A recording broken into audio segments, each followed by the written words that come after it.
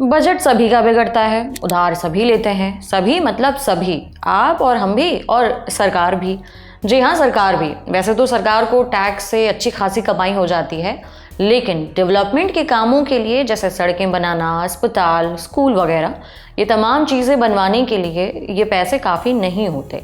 इसलिए सरकारें भी लेती हैं उधार, केंद्र भी और राज्य भी। इन्वेस्टमेंट की दुनिया के तीमारदार मानते हैं कि अगर अपने इन्वेस्टमेंट पोर्टफोलियो को उठापटक से बचाना है तो अपनी सेविंग्स का एक हिस्सा फिक्स्ड इनकम वाले ऐसे बॉन्ड्स में ज़रूर होना चाहिए। आज मालामाल के इस एपिसोड में इन्हीं बॉन्ड्स के बारे में बात करेंगे। नमस्कार, मेरा नाम है उपासना और आप देख रहे हैं मालामाल weekend. Brought to you by Bank of India.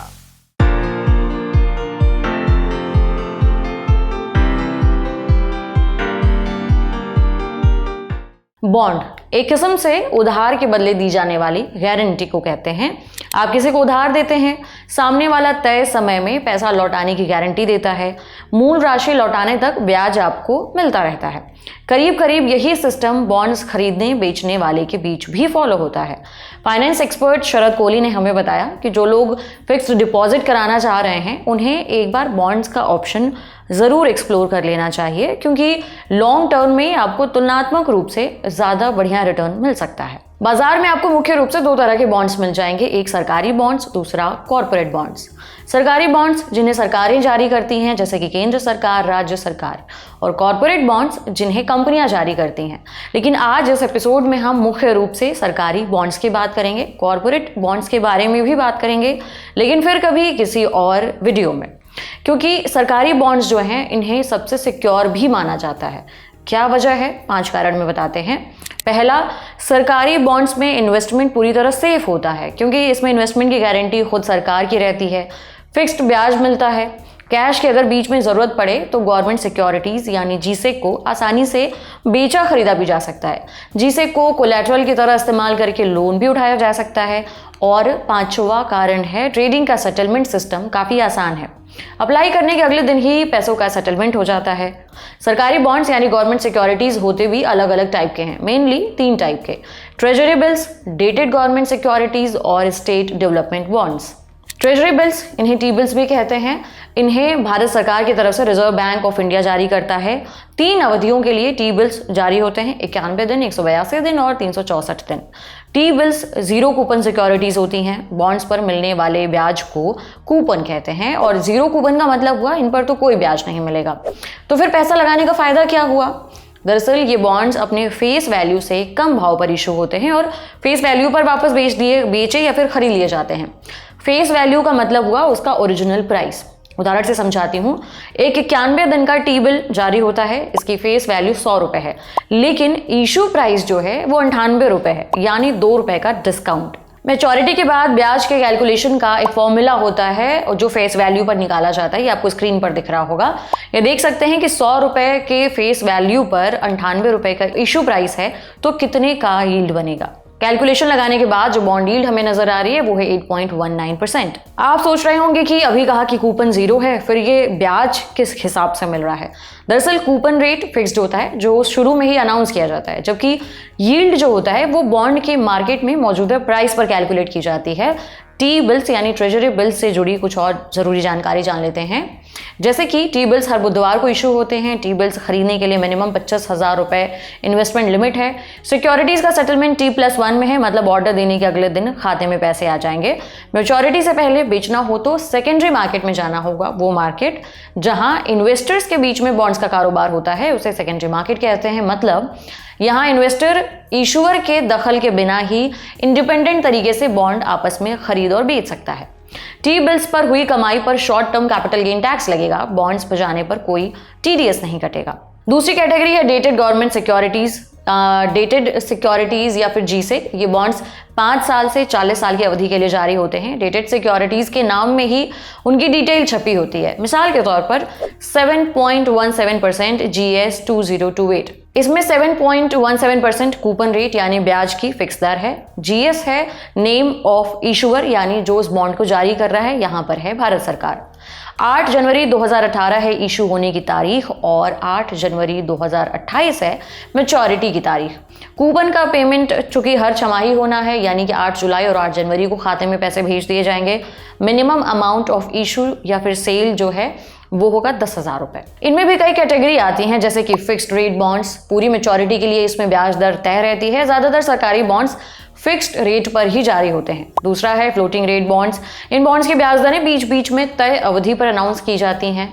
तीसरा है कैपिटल इंडेक्स्ड बॉन्ड्स। इन बॉन्ड्स में मूलधन किसी सेलेक्टेड इंडेक्स ऑफ इन्फ्लेशन से कनेक्टेड रहता है।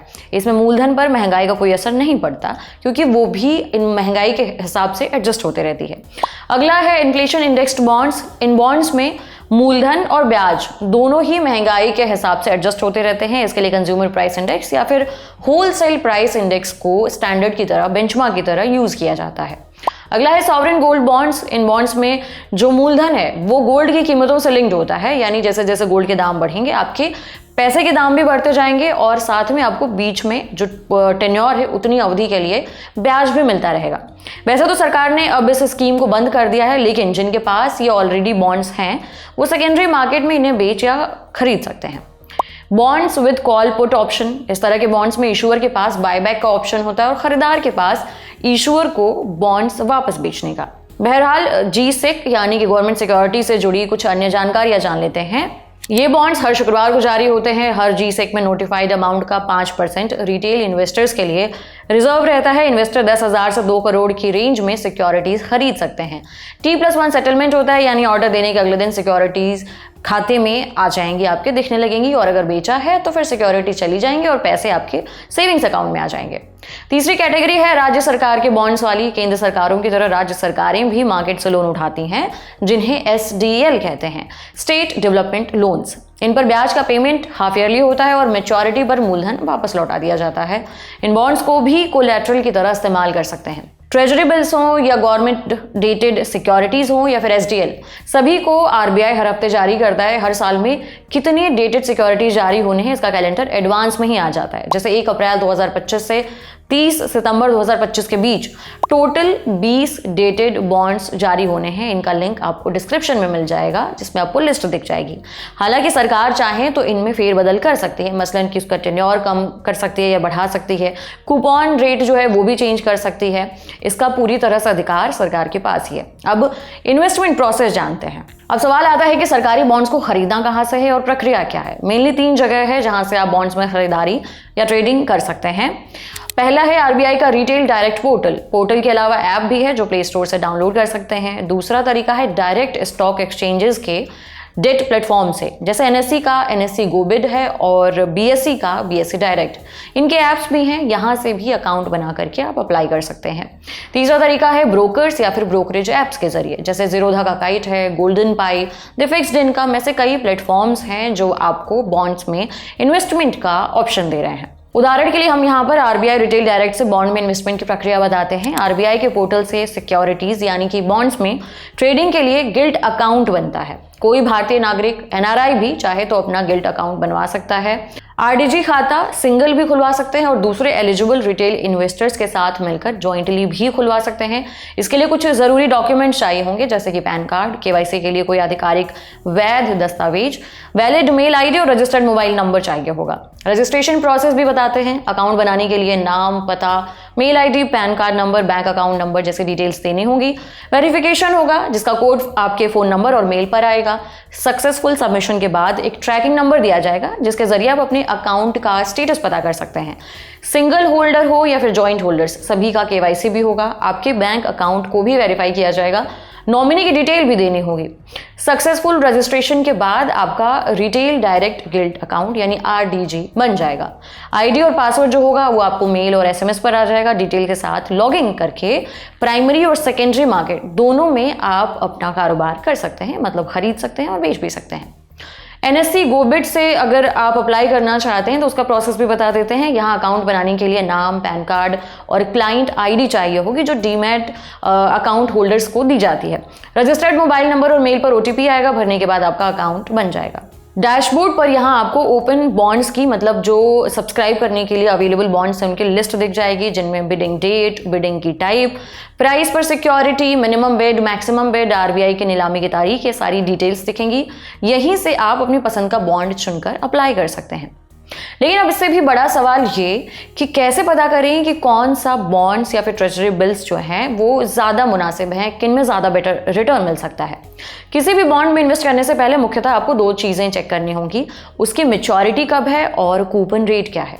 जितनी ज़्यादा मैच्योरिटी होगी उतना ज़्यादा रिस्क होगा, क्योंकि बॉन्ड के दाम आरबीआई की प्रमुख ब्याज दरें और शेयर बाजार के हालात पर निर्भर करते हैं। जितनी लंबी की मैच्योरिटी होगी, बॉन्ड की कीमतों में उठा पटक का रिस्क उतना ज़्यादा होगा। शॉर्ट टर्म वाले यानी 5 से 10 साल की अवधि वाले बॉन्ड्स को ज़्यादा सेफ माना जाता है। इसके बाद आते हैं दूसरी इंपॉर्टेंट चीज़ पर जो आपको चेक करनी है, वो है coupon rate. Coupon rate fix रहता है, लेकिन बॉन्ड की कीमतें बदलती रहती हैं मार्केट के माहौल के हिसाब से। 100 रुपए का बॉन्ड 90 रुपए में भी बिक सकता है और 110 रुपए में भी। निवेशकों के बीच अगर बाजार की स्थिति को लेकर निराशा है, सेंटिमेंट नेगेटिव है, तो लोग बॉन्ड का रुख करते हैं, क्योंकि वहां बाकी इन्वेस्टमेंट ऑप्शंस के मुकाबले ज्यादा स्टेबल और बेहतर रिटर्न मिलने की संभावना होती है। ऐसे में बॉन्ड्स की डिमांड बढ़ जाती है तो प्राइस भी बढ़ जाते हैं, लेकिन सरकार की तरफ से मिलने वाला ब्याज यानी जो कूपन होता है वो तो फिक्स रहता है, इसलिए एक्चुअल रिटर्न भी कम या ज्यादा हो सकता है। अगर शेयर मार्केट में माहौल सुधरता है तो निवेशक वहां वापस लौटने लगेंगे, लिहाजा बॉन्ड की डिमांड कम हो जाएगी, प्राइसेस भी घट जाएंगे और उन पर एक्चुअल रिटर्न भी बढ़ जाएगा। इस एक्चुअल रिटर्न को बॉन्ड मार्केट की भाषा में ईयर टू मैच्योरिटी कहते हैं, YTM कहते हैं। स्क्रीन पर आपको कुछ बॉन्ड्स की लिस्ट दिख रही होगी, इसमें उनका टेन्योर, उनका नाम, ईयर टू मैच्योरिटी दिख रही होगी। इसके अलावा बॉन्ड मार्केट की डिपॉजिटरी CCIL है। इसके वेबसाइट पर आप देख सकते हैं कि किस बॉन्ड में ज़्यादा ट्रेडिंग हो रही है, उसकी बेसिस पर भी फैसला कर सकते हैं कि कौन सा बॉन्ड इन्वेस्टमेंट के लिए ज़्यादा मुनीब रहेगा। तो ये कुछ पॉइंट्स हो गए जिनकी मदद से आप अपने लिए बेस्ट बॉन्ड चुन सकते हैं। अब जानते हैं कि ट्रेडिंग कैसे होती है। अगर पहली बार इशू होने वाला बॉन्ड खरीदना चाहते हैं, मतलब एकदम फ्रेश उसका अनाउंसमेंट हुआ और आप उसी में खरीदना चाहते हैं, तो प्राइमरी मार्केट में जाना होगा। और अगर पहले से किसी इन्वेस्टर्स के पास मौजूद बॉन्ड में ट्रेड करना चाहते हैं तो सेकेंडरी मार्केट में जाना होगा। प्राइमरी और सेकेंडरी मार्केट को थोड़ा डिटेल में समझते हैं। पहली बार जारी होने वाले बॉन्ड्स को खरीदने के लिए बोली लगानी होती है, ठीक IPO की तरह, और ये बोली जहां लगती है प्राइमरी मार्केट कहलाता है। और बॉन्ड्स के लिए बोली लगाने पर उतनी रकम आपके खाते में ब्लॉक हो जाती है, अलॉटमेंट होने पर पैसे खाते से कट जाते हैं और सिक्योरिटीज डीमैट अकाउंट में ट्रांसफर हो जाती हैं। एक रिटेल इन्वेस्टर एक ही बोली लगा सकता है। अब सेकेंडरी मार्केट पर आते हैं। जैसा हमने पहले भी बताया, सेकेंडरी मार्केट में इन्वेस्टर अपने बॉन्ड्स को खरीद और बेच सकते हैं दूसरे इन्वेस्टर्स के पास। जो निवेशक मैच्योरिटी से पहले ही बॉन्ड्स बेचना चाहते हैं उनके लिए सेकेंडरी मार्केट है। ट्रेडिंग आवर शुरू होने से पहले या दिन के दौरान इन्वेस्टर को CCIL की तरफ से तय खाते में पैसे ट्रांसफर करने होंगे। पेमेंट के बाद फंडिंग लिमिट मिल जाएगी, उसके बेसिस पर बाय ऑर्डर दे सकते हैं, मतलब खरीदने का ऑर्डर दे सकते हैं। ऑर्डर प्लेस होने के बाद ट्रेडिंग सेशन के आखिर में एक्स्ट्रा फंड होगा, जो भी वो खाते में वापस लौटा दिया जाएगा और सिक्योरिटीज आपके RDG अकाउंट में ट्रांसफर हो जाएंगी।